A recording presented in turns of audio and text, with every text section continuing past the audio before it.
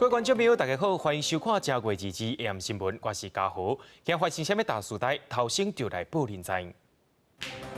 中国武汉肺炎伫中国已经有440例，过年期间台湾有8间病院会当做冠状病毒的体检。蔡英文宣布，中国武汉旅行团暂时袂当来台湾，23到29集团武汉团也禁止引来台湾。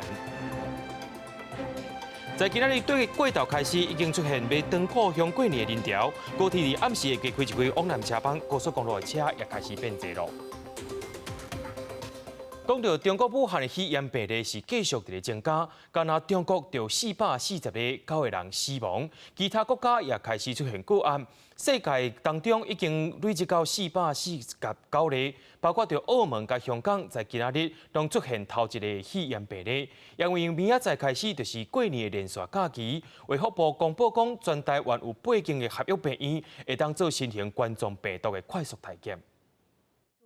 中国武汉新型冠状病毒肺炎个案继续增加，已经扩散做一星期。到2日为止，中国全境确诊患者已经达到440例，总计有9个人死亡。就病毒来源，中国官方推测，真可能是武汉市一间海鲜市场非法售卖野生动物。可能怀疑的，我们是大家都聚焦到一个市场里边，这个市场呢有这个非法的野生动物的交易。它的第二个阶段呢，就是这个病毒确实也在病毒的适应突变。武汉肺炎疫情继续扩散，澳门2日也确诊第一例新型冠状病毒肺炎病例，患者是一名52岁来自武汉市的旅游客，伊捌去机場，而即陣是密切監測該鬥陣的2個朋友。個旅客咧就係嚟澳門嘅時候咧就冇發燒嘅，咁剛剛咧就係喺幾分鐘之前咧，我哋亦都收到個信息，佢依家就係發燒嘅。咁佢喺之前嗰個情況咧就係有喉嚨痛啦、咳嗽啦1個星期。而咱這邊頭一個確診武漢肺炎的女大傷，繼續在病院負壓隔離病房治療中，病況穩定，無發燒。46個密切接觸的人，除了一個人有小發燒，其他攏無什麼個樣。即陣通報個案內底有12名疑似病例，正佇隔離檢驗中。醫院他們明天還會再追蹤胸部的 X 光，所以也沒有什麼腸胃道症狀或腹瀉，所以一切都還好。因為過年假期即要到啊，對中國返來台灣的民眾增加，伊閣拄到流感高峰期。衛福部公布，全台灣有大概3種這8間合約病院應執行新型的冠狀病毒核酸檢測來加緊檢驗流程。而且全台灣有201間急救責任病院，過年期間的開設對流感特別嚴謹，提供有發燒的民眾就醫。要過若是捌去武漢旅遊，伊閣出現發燒甲呼吸道症狀，請卡1922，也是衛生局防疫專線，大喙暗趕緊讓醫生看，並且甲醫師講捌去過倒位。記者綜合報道。講到武漢肺炎已經喺台灣出現咯，不過2日又還有2團對武漢來旅行團。總統蔡英文在透早宣布講，先暫停武漢旅行團來台灣。觀光局喺下晡也發布消息，陸委會也先通知中國，先暫停兩岸旅遊交流。另外，23到29過年期間，本地要來台灣的集團武漢團，也會先甲因註銷因來台灣的證件。2日觀光局的網站公布信息，公告自即馬開始暫停武漢組團的觀光團來台灣旅遊。總統蔡英文宣布暫時停止武漢團來台灣。交通部陸委會是緊急應變，原本伫咧1月23有2團到武漢來中國旅客要到台灣，春節時陣到1月29，各有8團會小連續到位。陸委會照相關定書發函予中國，通知要暫停兩岸旅遊交流，而且註銷集團武漢團的來台證件。我們都撤銷他們的證件，然後他們有一些旅遊方面，我們也會進行這個補償。好，就是比如說他有各種的權益的損失，事後我們都會依照那個傳染病的相關規定給相關的業者進行或者個人進行補償。針對台灣旅行團去武漢的部分，春節時陣原本有7團要出團，毋過配合疾管署甲旅遊警示升級做第3級，目前已經全部取消。旅遊業者嘛主動甲武漢旅遊的產品提掉，會到3天民眾退錢也是轉團的部分。按照觀光局指示來辦理，想要協助轉團的就協助轉團，要求要退費的那就退費。旅游业者表示，其实武汉毋是中国旅游真正的所在，往回当地其实是台商较济。欢乐讲疫情继续伫拖，早起真侪拄中国转来台湾的台商拢家己挂嘴暗。大陆人也会怀疑说，是不是人数可能一定不是只这样？对对对。了解，所以你现在身体状况都还 OK？对啊，就赶快逃回来。是香港人因为经过 SARS， 所以他们就是对这种东西都特别谨慎，所以平常地铁什么戴口罩的人都多了。边境防疫人员嘛挂嘴暗，真仔细伫看红外线的银幕，体检出发烧的旅客。中研华航两大航空公司嘛针对飞航中港澳航线第一线机组员提供喙暗，嘛会当伫当日的时阵挂喙暗，而且启动自主防疫措施。华航嘛针对飞武汉邦机回收的碳钠，会加强消毒的部分，避免变做感染的媒介。记者综合报道。针对着中国武汉肺炎的疫情，总统蔡英文伫透早召开国安高层会议，讨论防疫事项，甲当年对抗 SARS 副总统陈建仁做回召开记者会。因表示讲，执政团队有信心面对挑战，也呼吁中国爱甲疫情公开透明。另外，台北市长郭文哲也讲，台北已经做好准备啊，也批评中国唔予台湾加入 WHO 是唔对的。中国武汉肺炎疫情继续在拖，台湾嘛出现头一例。总统蔡英文2日早起开国安高层会议，讨论防疫准备，包括机场启动检验机制，佮有开中央疫情指挥中心，佮专工甲副总统陈建仁做伙对外说明，强调即卖执政团队当年就捌全力对抗 SARS。那么17年前呢，我们一起挺过 SARS 的风暴。17年后的今天，我们有足够的经验、足够的准备以及足够的信心来面对挑战。如果有发烧的症状，那就要到相关的医院去就医。戴口罩的部分呢，我想补充一下，就用一般的外科口罩就够了，不必要用到 N95 口罩。目前政府嘛暂停武汉旅游团来台湾，爱民众唔通伤过惊吓。蔡总统嘛甲中国发话，呼吁中国爱做好国际责任，疫情爱公开透明。WHO 嘛无应该袂记伫台湾，并且与台湾充分的共享正确的疫情资讯，这对中国人民本身也是有利的。那我们也相信，政治的考量不应该超越人民的保障。我要再次呼吁 WHO 不应该因为政治的因素排除台湾。台湾就在全球防疫的第一线 ，WHO 要有台湾的参与的空间。这针对欧洲访问回来台北市长郭文哲，面对台北市安怎防范肺炎的疫情，先用医生的角度表示，武汉肺炎甲 SARS 真相像，就亲像是 SARS 的小弟。过年期间，北市会开类流感门诊，和发烧的病人分流。不要让发烧的病人跟一般的门诊病人混在一起嘛。所以他大概其实这些都不是我们发明的，因为当年在 SARS 那一战以后有建立 SOP， 所以就用那一套来处理就可以。郭文哲强调，当年无经验，才会伫输出现联合病院和平防疫的情形，敢有经验也是有差。搁较批评北京阻止台湾参加世卫的会议，这款的做法就是唔对。台湾无加入世卫，阻害全球有效应用卫生危机。记者综合报道。伫咧中国已经有真侪医护人员去感到肺炎，也因为台湾出现头一位肺炎病人，各病院都嘛严守戒备。亲像南口的重建对症开始，若要入去急诊室，无论是患者或者是家属，拢爱挂嘴暗。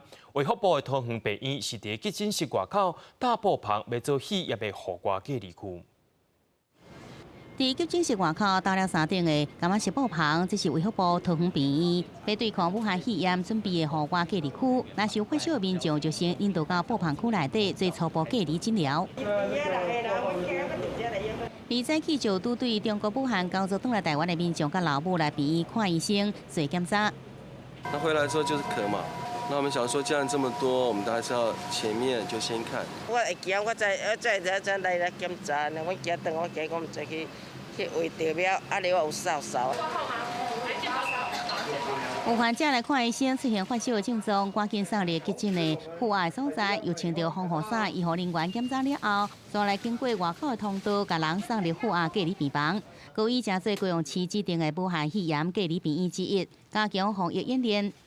有在这些中国旅游的一个状况，武汉地区旅游的一个状况，或者是他有接触到这些疑似的个案的话，当然经过14天之后，他有可能过了潜伏期，他症状出来，所以我们现在大概是先以这个时间，这个期间来做一个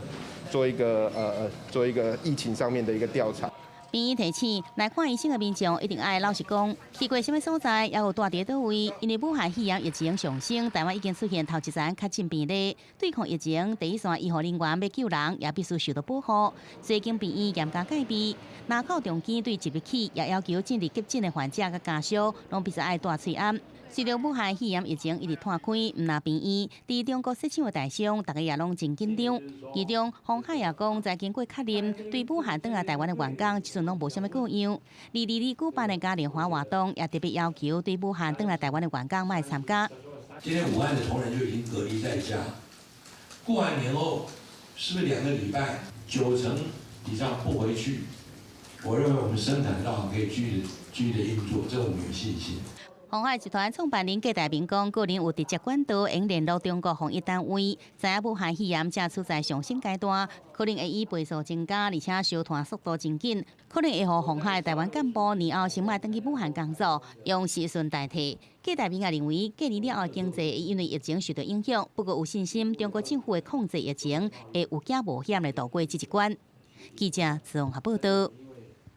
这个肺炎虽然伫昨在台湾发生头一例，不过伫高雄发生中国为游客一口罩3个人，因为因的囡仔发烧去病院急诊，病院建议讲爱留落来观察。不过这3个人煞甲钱纳了，随来离开。医护人员也甲这件代志铺伫网络，病院也表示讲患者只是 A 型流感，无权利来甲因阻挡。伫病院内面，真侪民众拢会戴喙安自我防护。第一案，如果有疑似来自中国的查甫囡仔，因为发烧，和父母送到高雄的一间地区病院检查，第一时间是测出 A 型流感，病院建议留落来观察。也毋过做父母的决定要出院，医护人员惊讲会传染，甲代志破上网。他一开始医师的诊治是先朝着可能是 A 流或 B 流的方向去怀疑，那证实 A 流之后呢，就没有再进行后续的这个处置过程。这样的一个处置行为是符合目前在这个临床上面的一个处置。卫生局讲，照经验，人体内面无可能同时有2种病毒，确诊是 A 流了，就无搁再做武汉肺炎的检测。虽然病院处置符合规定，不过已经要求下区病院，若有这种镜头爱先检测是毋是武汉肺炎。病院讲患者是流感，无公权力阻止对方出院，或者是限制人身自由。一个不确定因素在外面拍照啊。虽然说可能隔天就要回去，可是那当天一整天24小时，可能随时随地你又传给下一个人。确定还是要住院吧，这样以免传染给别人。对啊，因为这种流感很可怕。卫生局提醒，武汉肺炎虽然需要严格防范，不过是法定第5类传染病。所有就医的资讯要由中央说明。医护人员、民众若散布不实的消息，或者是病人的告知，拢是犯法。即马伫咧研究这边是毋是违法？记者综合报道。讲到即马，人人拢挂喙安咯，为着要确保国内的喙安数量有够，计数也真稳定。消保处甲公兵会伫下晡进行联合稽查，目前是无发生什么款的大问题。卫福部也强调讲，目前喙安的数量是真充足，民众毋免抢买买。毋过，所有香港旅客来台湾，一摆就伫大卖场买200盒的情形。伫大卖场，囡仔甲妈妈拢戴喙安。到哪里要戴口罩？公共场所都要戴，为什么？因为有细菌。面对武汉肺炎的疫情升悬，这位妈妈讲，普通时就准备，所以袂特别去买喙安。其实一直都有准备，家里都有备。小朋友有时候如果感冒或到公共场合的话，怕会就是传染这样。台湾的民众并上心，不过业者讲，这2天外客上多，伫西门町的这间分店就香港游客买真多。可能香港这边有疫情正在发生，那他们本身在这边销量一口气就可能少买，一口气就少买了至少200多盒的一些口罩，这是盒装的。卖场统计伫这2天喙安的销量是普通时的4-5倍，不过经费情形无受影响。为了要确保国内喙安供应有够，计数稳定，消保处甲公平会伫咧最近对全台湾的店面卖场做调查。公平会讲，业者若联合起价会当发。业者如果利用疫情来哄抬这个口罩价格，或者是联合涨价，那我们都会依照个案，依照公平交易法来予以严惩，就罚款可以到5000万元。中央流行疫情指挥中心讲，国内喙安的数量有够，民众免抢去买，集管所也配送外科喙安到超商，这2天会销出100万个，月底阁销出100万个。经济部讲，国内虽然每工会产能188万的罐柜需求，而且卫福部有超过4000万的存货，绝对有够。记者综合报道。对明仔载开始就是过年的7天连续假期，不过对今日下晡开始，台北车头就开始出现要登去过年的民众，也因为人伤过济，高铁宣布讲暗时会对南港加开一班往南的列车。高铁在今日下班了后，车也开始坐起来。正月初3可能是往南往北拢真塞的情形，也请民众爱注意。台北车站内底真侪人塞着行李，准备要回乡。过年交通疏运开始，袂少人烦恼讲南来北往，人彼此接触，拢家己开始伫大喙暗咯。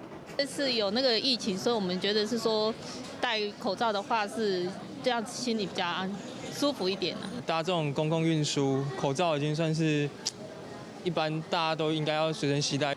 因应回乡人真多，高铁宣布日暗时9点15分会由南港站加开一班南下转自由座列车。年假期间也因应武汉肺炎疫情启动相关机制，乘客若受身体无爽快，会用请服务人员协助。而代替是成立武汉肺炎防疫联络小组处理应变。若是有疑似武汉肺炎症状的旅客坐车，会全面消毒。年假期间代替中长程的票拢已经卖完了。那真的没有购到车票的民众，也可以在乘车当日可以购买我们的自强号无座票，那每一个班次会限量120张。国道高速公路部分，日下班了后出现头一波回乡车流。高公局估计，在23小年夜早起7点，西部国道会有第2波南下车流，有一寡路段可能塞车。明天的交通量的部分，我们是预测在100万车公里，那大致上也跟平常的例假日的交通量差不多。不过整体上是以南下的车潮为主，那南下的最大量会落在初2回娘家这一天。高公局提醒用路人，年假期间注意相关管制措施。如果正月初1到初2开始会有出来佚佗的车流，国道5号南下连续2天早起拢有高承载管制。初3双向车上多，初4北回车流上多。伫休假日，国道5号伫下晡也有一波转来北部的车流高峰。记者综合报道。讲到过年7天的连续假期，不过天气的部分，大家也是爱注意。中央气象局也表示讲，对今仔日开始到正月初1的好天，不过初2以后，东北季风开始变强，天气会变较凉凉啊。初3、初4是愈来愈冷，较悬山的所在有机会落雪。这款湿搁寒的天气，一直爱到初6以后。出日头，天气正舒适，这种好天气将会持续几天。央过伫过年的7天连假，温度变化正大。自这个初2开始，温度会跟那旧流浪同款，由烧热变做凉，而且愈寒愈冷。北部上低温度只跟那剩13度。那初2天气逐渐转凉，而且下雨的几率提高，温度从初3到初5是一天比一天低哦。那最低的时间可能是落在初5，预估目前这一波冷空气最低可能在北部、东北部的最低气温大概，还有中部的最低气温大概是12度到13度。中央气象局讲，伫旧历过年7天的连假，天气是先烧热尾也转凉。自1月2日开始到正月初1，拢是温暖舒适的好天气。也毋过，自1月26正月初2，锋面通过，加东北季风增强，天气明显的转凉。伫北部加东半部有短暂阵雨。初3、初4受到大陆冷气团的影响，天气会更加冷，悬山甚至有可能会落雪，温度低，搁落雨。这种情形会一直到初6开工了后。正好水期比较多的时候，可能是在初3到初4这2天，所以如果以高山下雪的几率来说，是初3到初4几率相对略微高一点。气象局讲，伫东北季风带来冷空气，旧历过年7天连假最后几天温度会愈来愈降，瓦近大陆冷气团的顶级。而这段期间，华南云河区向东平线带来水汽，自初2到初4全台湾拢会落雨。中部以北的山区、东北部也有贵人的北海岸雨会较大。记者综合报道。对着阮的镜头来看，在地上大条。人讲狗来捕，鸟来起大厝，厝内有市场不的，这条就一定要注意咯。防检局也公布讲，伫花莲出现着感染着小狗病的果子麻，这也是花莲地区的头一个。东防所也开始宣传，希望民众把厝内面的狗仔猫仔带来做预防针。这只被花莲民众伫金城园发现的果子麻被送往东市部防药所了后，大呼小狗病发作有攻击性。送中兴大学初步检验是小狗病阳性，后来去送农委会家畜试验所，确诊是小狗病。这只白鼻心呢，是我们花莲县呢，从102年台湾有野生动物幼獾狂犬病阳性案例，我们花莲县这是首例，那也是全国的白鼻心的第8例的一个阳性的一个案例。因为发现地点是花莲市的山边，动植物防疫所，遂派员到社区活动中心替猫仔狗仔注小狗仔病疫苗。民众也拢带着家己饲的猫仔狗仔来注射，也真烦恼会被传染小狗仔病。白鼻心，然后想说，可是那个速度也很快，我晚上就看到那个宣传单了，对，我就想说赶快带狗狗来。家人就是爱烦恼，无要安怎。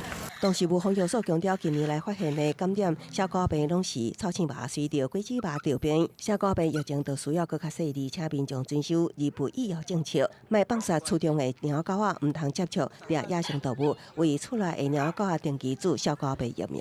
记者综合报道。伫台中的成功有一间电动厂向台中市环保局申请专回收零排放，不过却是头接讲，甲电动了后有毒的水偷偷排出去，检警埋伏2礼拜，总算找到证据啊！台中市地检署也依照违反水污染防治法甲因起诉。环保人员伫咧电动工厂现场成功发现违法的事情。你请问下了出来，等下就踩这一槽，踩这一槽，因为它从这边流出来。这间涉嫌偷排电动废水的工厂4个拢是残，直接甲高度真悬的总个热的电动废水直接排落去水沟，污染水源，日去互检方依反水污法、反窃法，还有污染水体罪来起诉。从103年到108年之间呢，检察官估计他总共节省了1381万余元。这间电动工厂向台中市环保局申请专回收零排放，不过其实是偷偷甲钢线插起来，甲无经过处理的重金属废水排入水沟。水进来甲乙储槽之后，大部分都这样子。沿着红色箭头跟蓝色箭头完全没有处理，就从排水沟排出去了。排放出来的镍含量是超标15.6倍，那总个含量是超标2倍，所以是超标300多倍到600多倍。针对检方起诉，这间伫咧成功的电动工厂人员表示，已经拢处理好啊，无要回应进前的行为。检方指出，业者因过拢利用半暝或者是透早偷偷排放，检警排放要2礼拜，用科技执法，总算伫咧透早4点成功掌握到偷排水。业者去互天工，而且处罚1000多万的罚金了，已经重新申请排放许可。真的是绕流出去，这就违反规定，所以当时就被我们停工，所以他呢另外要依照我们水务重新申请排放许可证，依照它设置自动连续监测设施，跟环保局来连线。台中市环保局强调讲，虽望稳准业者复工，不过因为有前科，除了有说自动检测，嘛要加强来追查，袂互业者有偷排废水的机会，才会当保证民众的权益。记者综合报道。伫去年12月连续落几日的大雨，云林地区的马铃薯也出现灾情。当地农民讲产量减去5成，农政单位目前正在会勘。那真正是因为大水雨受到影响，公所汇集资料了后送到农委会，农委会一定会用现金去救助。农民将土内马铃薯挖出来，有的因为生长天气过热细，有的马铃薯早都已经烂去。受到去年12月落雨后，天气马上转好的影响，予云林岛南地区真侪农民反映，马铃薯近期减产至少5成以上。落雨最香是啊，4-5粒的啦。大个遮大粒，但是今嘛就未大。那我想应该是可以让官员农粮署很快的速度来做立即的判断，是不是可以马上启动天然灾害的救助。李委建国表示，近期接到真侪农民反映马铃薯减产的灾情，那正常收成1分地大约3-4公吨，但今年只有收成1-2公吨。加上邻近的嘉义县早就启动现金救助，希望农委会针对云林县的灾情，买单启动天然灾害救助。云林县的部分，我们在看一两处之后，大概就会请专家来判断。好如果有达到这个门槛，我们一样也会启动天然灾害救助。当地农民表示，近期1分地马铃薯成本大约2万块，但今年减产超过5成，采收根本无够成本。现在只会当尽量收成弥补损失，并将受损的面积向公所提报。希望农政单位统计灾损资料后，会当启动现金救助弥补农民的损失。记者为您报道。国际上要紧，听歌说分明。2020年世界经济论坛会议伫这个月20到24伫瑞士举行。不过，一个焦点放伫咧美国总统川普甲瑞典环保运动家唐贝里。虽然因两个人无徛共台，不过因的演说当中也有互相对射意思。We've regained our stride, rediscovered our spirit, and reawakened the powerful machinery of American enterprise. 既然是世界经济论坛，美国总统川普当然嘛是爱家己学到美国优先、经济优先的施政方针。当然，伊嘛无袂记咧爱推销美国参加国际环保工程的拍拼。Today, I'm pleased to announce the United States will join 1 Trillion Trees Initiative, being launched here at the World Economic Forum. 1 Trillion trees. 啊，毋过对瑞典内的环保运动人士嘛批评川普政府真济的唐贝里是伫另外一个场合的演说当中批评参加这项计划的真好嘢国家，当然内底嘛有包括美国的部分。We're not telling you to offset your emissions by just paying someone else to plant trees in places like Africa, while at the same time forests like the Amazon are being slaughtered at an infinitely higher rate. 就算两个人无做伙共台，演说当中嘛无徛名，啊，毋过听出来两个人演说的内容都伫针对对方。Well, I'm here to tell you that, unlike you, my generation will not give up without a fight. The facts are clear, but they are still too uncomfortable for you to address. Our house is still on fire. Your inaction is fueling the flames by the hour. And we are telling you to act. To embrace the possibilities of tomorrow, we must reject the perennial prophets of doom and their predictions of the apocalypse. 唐贝里演说的所在，后壁扛棒是印选伊做年度风云人物的《时代》杂志，啊，搁有《纽约时报》等等媒体字，拢是定定伫批评川普，不离个嘛去互川普点名批评的媒体。演说了后，去互记者问到对唐贝里发言的感想，川普强调讲，赞成唐贝里的人拢是黑白放风声，想要用更好的方式决定，而且改变其他人的生活方式。记者综合报道。黎巴嫩伫去年10月发生反政府示威，就算新政府上任了后，示威也是无停止。而伫首都贝鲁特也发生警民冲突。另外，伫南美洲的哥伦比亚也发生2个月反政府示威，同款也是未收煞。伫咧世界派真主党甲伊的民调点头了后，黎巴嫩当局2月宣布新内阁调组完成。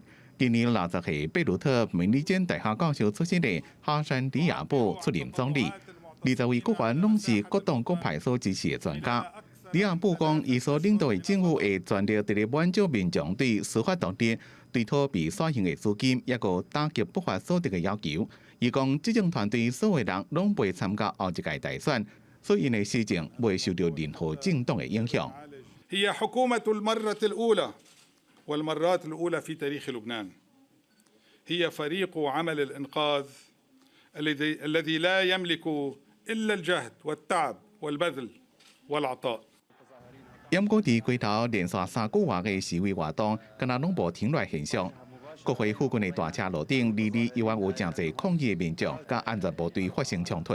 مثل ما سقطنا اول حكومه لانه كانت ما بتتناغم مع طلبات الشعب، هاي الحكومه ان الله راد بدنا نسقطها مثل ما سقطت اول حكومه.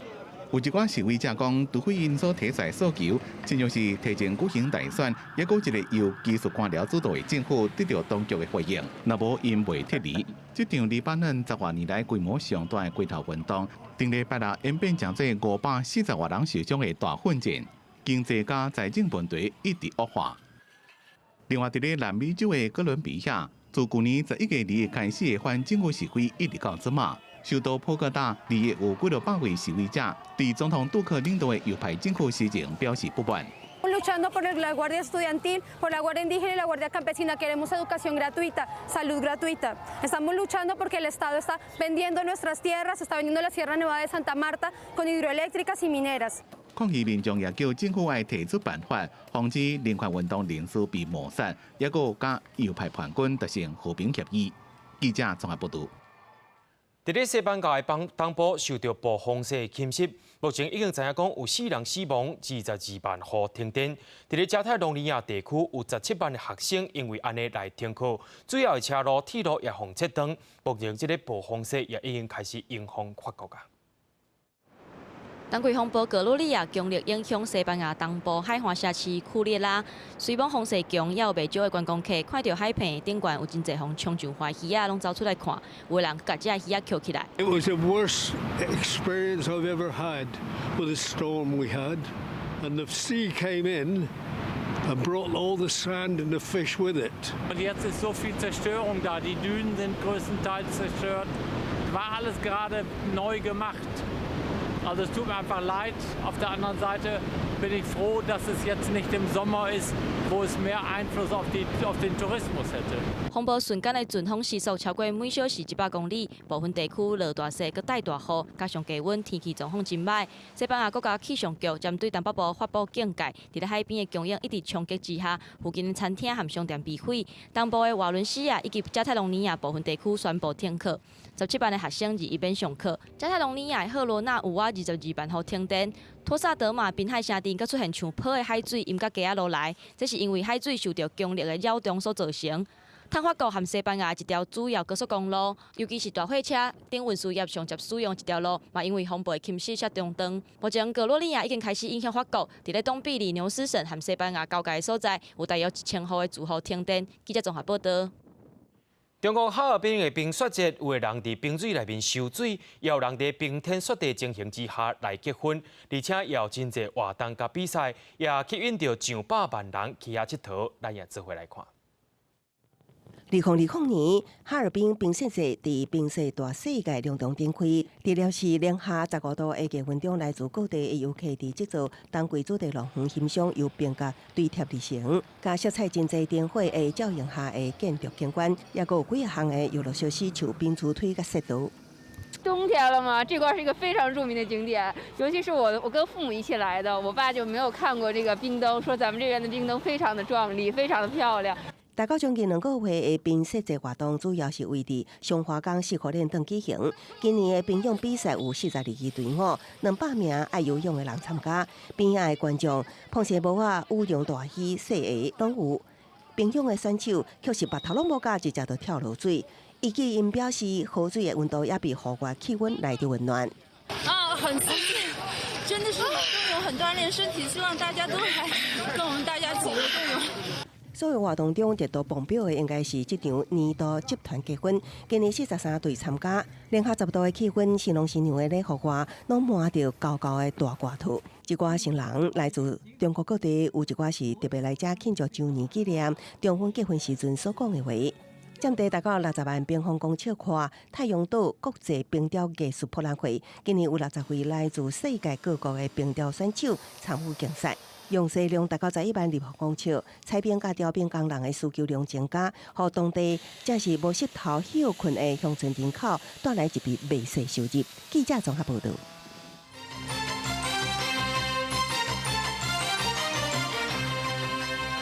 咱拢知影讲预防较赢过治疗，讲到中国武汉肺炎是一再传出去，国际上也有真侪确诊的病例，大家也是甲皮病真严。亲像美国、澳洲、北韩甲罗西亚，拢相关的措施，就是要防止病毒入境。中国武汉肺炎疫情上升，各国拢真紧张。美国加强对武汉到美国旅客机场检疫，在纽约干奈调这5大国际机场对武汉入境的旅客量体温，并且进行询问。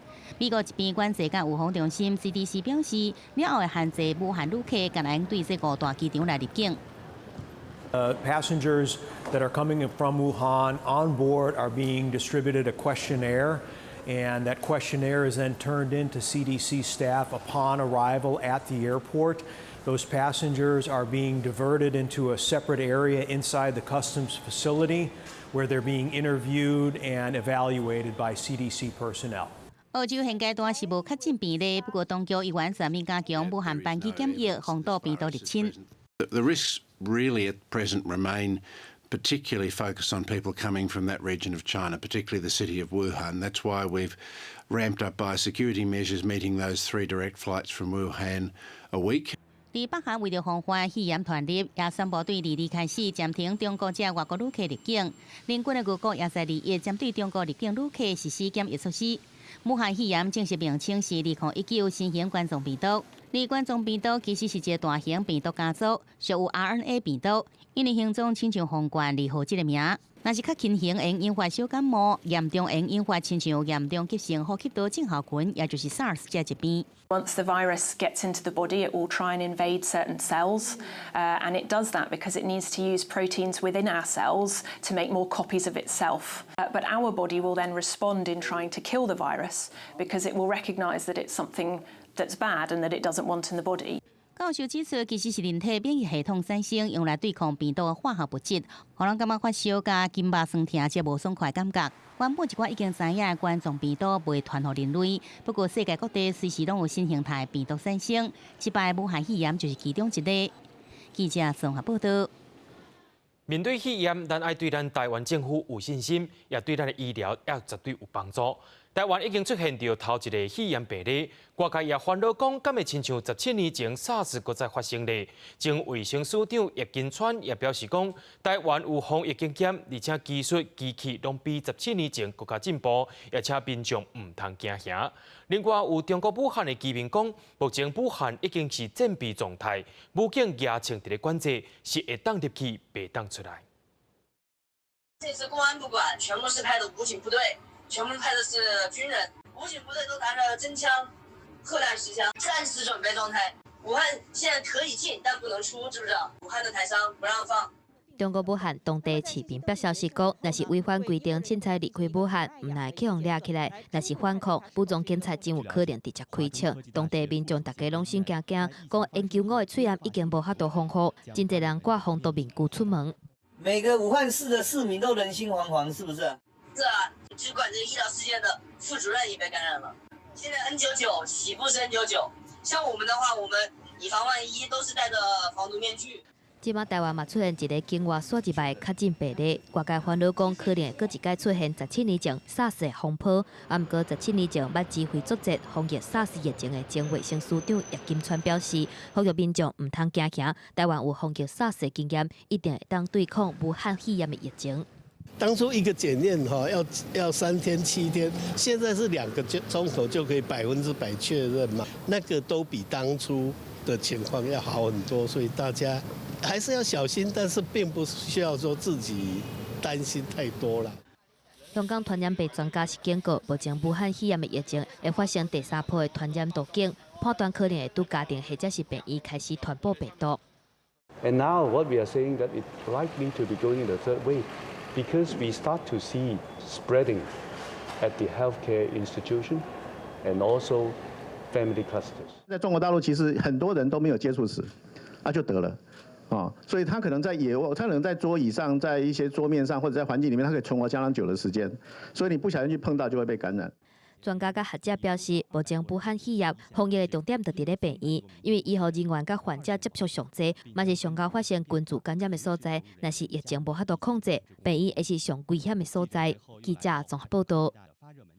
讲到2020年东京奥运女子卡球第3回资格赛，以及着无线区亚洲加大洋洲区的资格赛，拢是2月初3伫中国武汉举行。体育署也表示讲，国际奥会会在明仔宣布讲，无线的资格赛敢会较晚才来举办。也若卡球资格赛目前拢无公布讲敢有被调整。争取东京奥运女子卡球亚洲区的2个参赛资格，中华女子卡球队对2018年11月份就开始拍拼，进入到第3轮的比赛。含中国、澳洲甲泰国共一组的比赛，预计2月初3到初9伫咧中国武汉开始。因为武汉新型冠状病毒肺炎的疫情继续伫拖，卡球协会继续甲亚洲卡球联盟来联络。毋过到目前为止 ，AFC 并无调整的规划。主协认为，如果没有更改地方，那考量到选手的人身的安全，还有选手参赛的意愿，还有疾管署的一些疫情的一个分析，他们不排除会要放弃这样的一个参赛。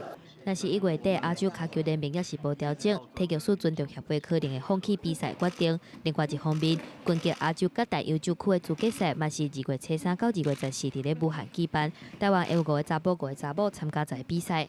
体育署目前了解 ，IOC 国际奥会会伫23宣布会签卡后壁来举办。我们的教练跟协会先得到这样的信息。他延后，但地点还没确定。就是也有可能延后，但还是在武汉。不一定，现在都还不知道。体育署表示，今年台湾选手参加的奥运资格赛，就干那卡球甲拳击，伫咧中国武汉举办，会用专案来评估，而且嘛会甲队伍的职员进行防疫的卫教。若是其他去中国的沙地训练或者是参加比赛，全部拢先暂停，较慢才来规划办理。记者综合报道。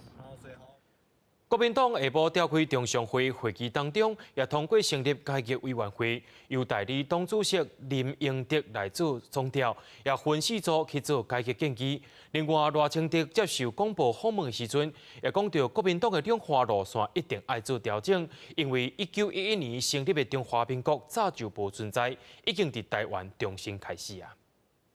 国民党少年党员成立的清党行动小组，伫顶礼拜冲党中央党部了。一道伫党部外口办第1届野生中常会提出5大诉求，希望新主席做世代交替沟通。就期待看他们要怎么样来重新改组这个党的领导层。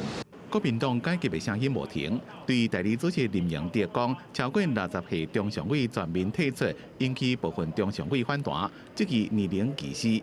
文坛会代理主席王耀斌讲，爱国讨论。我们希望整个党的改造更年轻化、更接地气哦。当然，不见得是完全年龄的问题，有些可能年纪虽然比较大，但是他其实也有很多新的观念。60岁中常委退出，恐吓无共识。中常会总要成立改革委员会，由代主席林英德、代秘书长詹明忠分别做总调加副总调。委员会之下设组织改造、两化论述、青年参与、财务稳健4组。各组讨论了，才提出改革的建议。准副总统赖清德是认为国民党的两化路线一定要调整，因为1912年创立的迄个中华民国已经无存在。但那个中华民国已经不复存在，经过100多年的历史，中华民国已经在台湾新生了。所以你要捍卫中华民国，你必须要先守护台湾。也只有台湾守护住了，中华民国才有可能存在。赖清德也提醒国民党，若是无法度让少年人一直入去党内，对国民党不利。2日下昼，伊也伫咧台南接党选证书，感谢台湾人民所做的重大决定，让蔡英文继续领导台湾向前行，也让国民党伫咧国会过半。记者综合报道。讲到要罢免高雄市长韩国瑜的团体，按算伫过年期间初4领连署人名表，初5开始第2阶段连署。不过罢免国补选需要2亿元经费，要对倒位来呢？有民代也认为讲，对高雄的中央统筹分配税款，这9亿元来处理。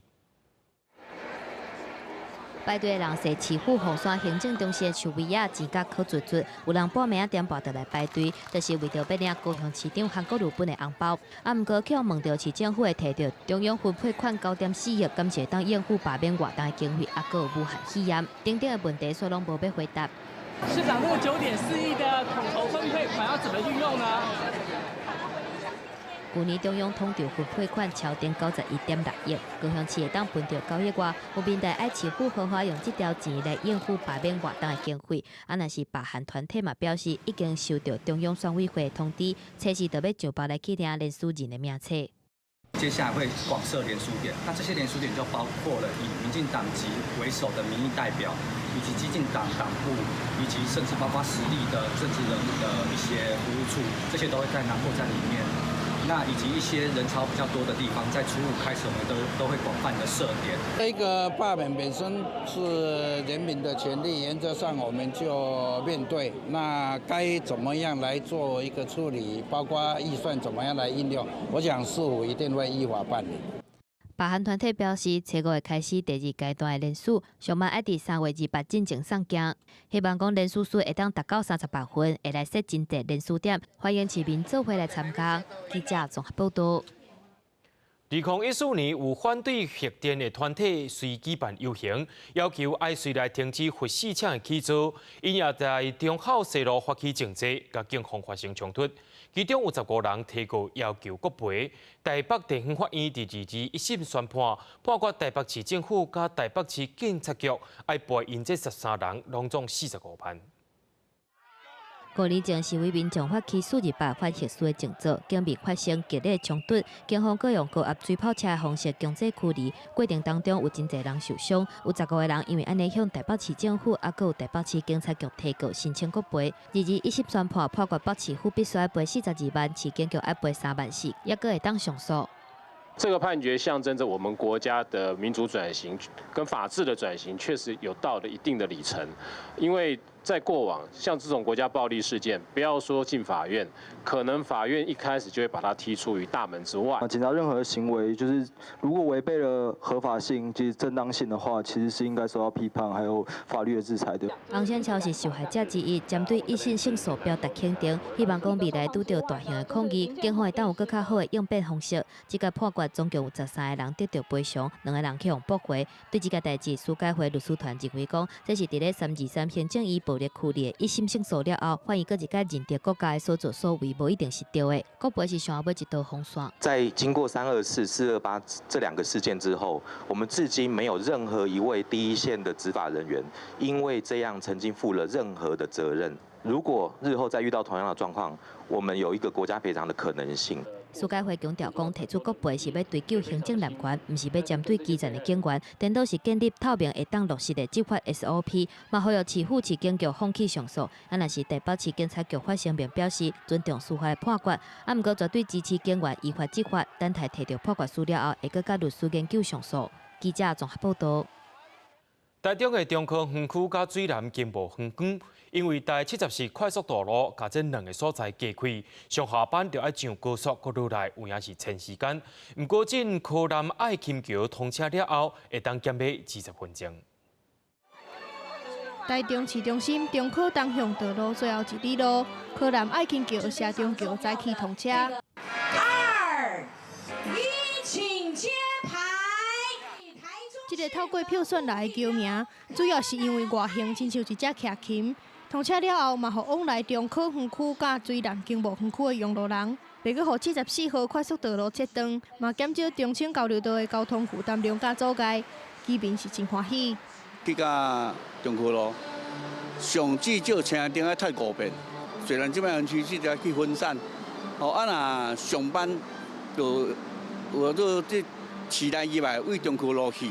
台中市建设局指出，柯南爱琴桥主塔徛伫的高度是72公尺，全长552公尺，是目前中部上悬的社中桥。主要是为着要下过80公尺宽的宽中路，甲第74线中清地下道，避免加新的北面节点所采取的工法，总计是开9亿外。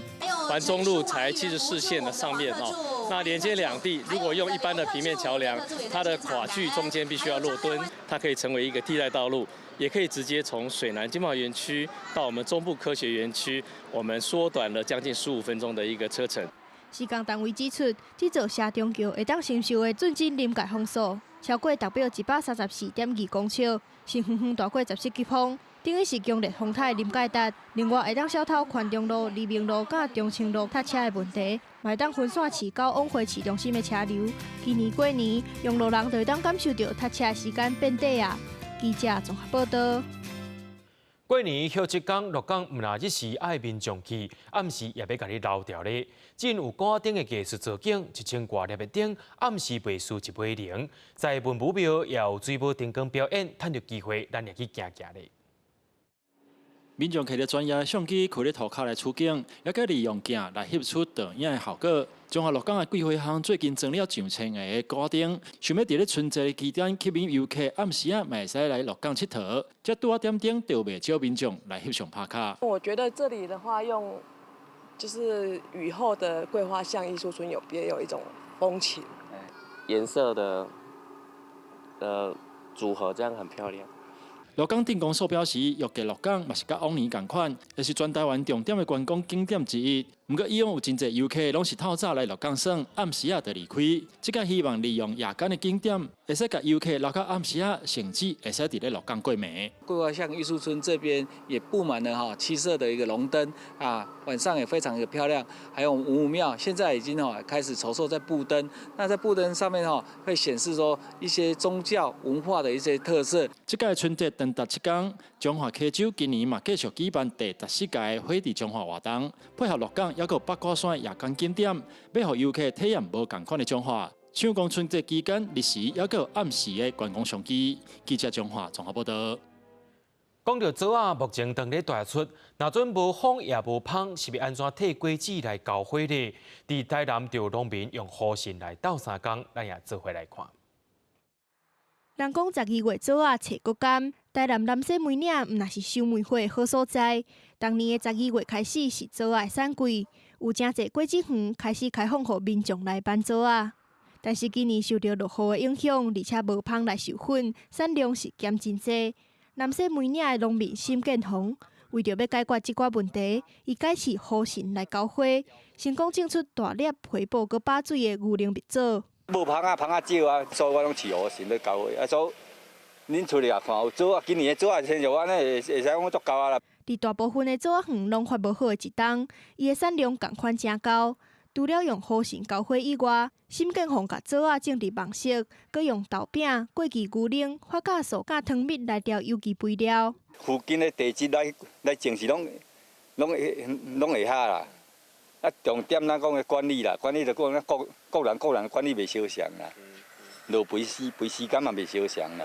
照伊20多年的经验，沈建宏表示，过旧历年了后，就会开始透南风，蜜枣真紧就会到分。若是想要食到青佮大粒的牛奶蜜枣，就要趁元宵节进前赶紧来办。记者综合报道。有一种日本葱号做东京葱，因为葱啊讲真粗，有汤过会甜，所以吸引真侪人选买。在台中丰原今年举办头一摆的大葱评鉴，农会也甲日本超市合作，希望这款葱会当成做民众过年的好料理。甲葱啊切好大块，配猪肉搅饭，芳个营养。也有即出用葱仔头甲鸡肉幼落的料理，也介新式。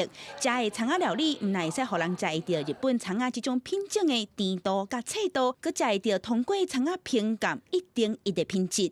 大葱啊，我们把它用低温烹调疏肥料理，它的这些硫化物就会转化成甜分，非常的甜，非常的好吃。台中丰原今年头一摆举办大枝葱仔的评鉴比赛，为葱仔外形、口感也有品质，拢是拍分数的重点。包括丰原区、潭仔区、后里区、甲大雅区等等4间农会，总共20组的农友参赛。台中大甲溪附近，因为这土坝内底有真侪沙，排水性也介好，所以土有肥。丰原种葱仔面积就有12公顷，种出来的葱仔粗佮把甜，也出真侪葱仔王。所以我们就用一些很标准的这个设备来去做它的甜度这样子。我们公司来出钱，我们不是叫农会来出钱，那我们能够替台中做一点事。那我们替我们农民做一点事。台中丰原农会也赶伫咧旧历过年进前，和日本的超市合作，甲由一个葱仔拆一支来卖，希望互民众过年围炉食葱好过年，家家户户拢团圆。记者综合报道。在嘉义县有一间破珠故事馆，内面收藏旧证件对清朝到民国初期的文物，这也呈现着破珠在地这400年的历史。规片的新闻报纸墙为日本时代开始记录破珠当时发生的代志，内底阁有早期艺家用的控制文宣。这个破珠故事馆虽然空间无大，但是每一项文物拢是破珠这400年来的历史。譬如说有清朝的房子，到现在我估计它完全没有清理，然后来它大扫除，全部要丢掉，那我就要抢救回来。那抢救的那个门板啊，还有那个文件资料，还有很多瓷碗这样。大概都从清朝、日治时期，通通都有。这个由日本所设改造的故事馆，是嘉义县第一个由民间文书团体成立的文主银行。破珠日新文化协会开6天的时间研究破珠的文书，记录当时破珠伫教育、宗教甚至是地形的各种改变。这边不是只是看故事，然后以前谱子的部分而已，就是他们也可以认识一些以前的器具啊，甚至于未来有些展览，他们也可以在这边。说是故事馆，可是我觉得它是一个比较没有真正有设限的一个故事馆。埔子国史馆内底收藏清华境为清朝甲民国初期的文物。日新文化协会表示，过去的历史是社会进步的养分，希望透过这文物的呈现，会用互来甲这的民众更加了解埔子发展的历史。记者林伟霆加以报道。咱也做伙来看明仔载气象。北部地区对16度到27度，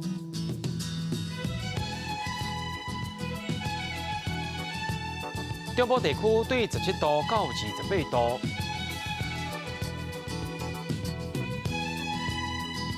南部地区对19度到29度。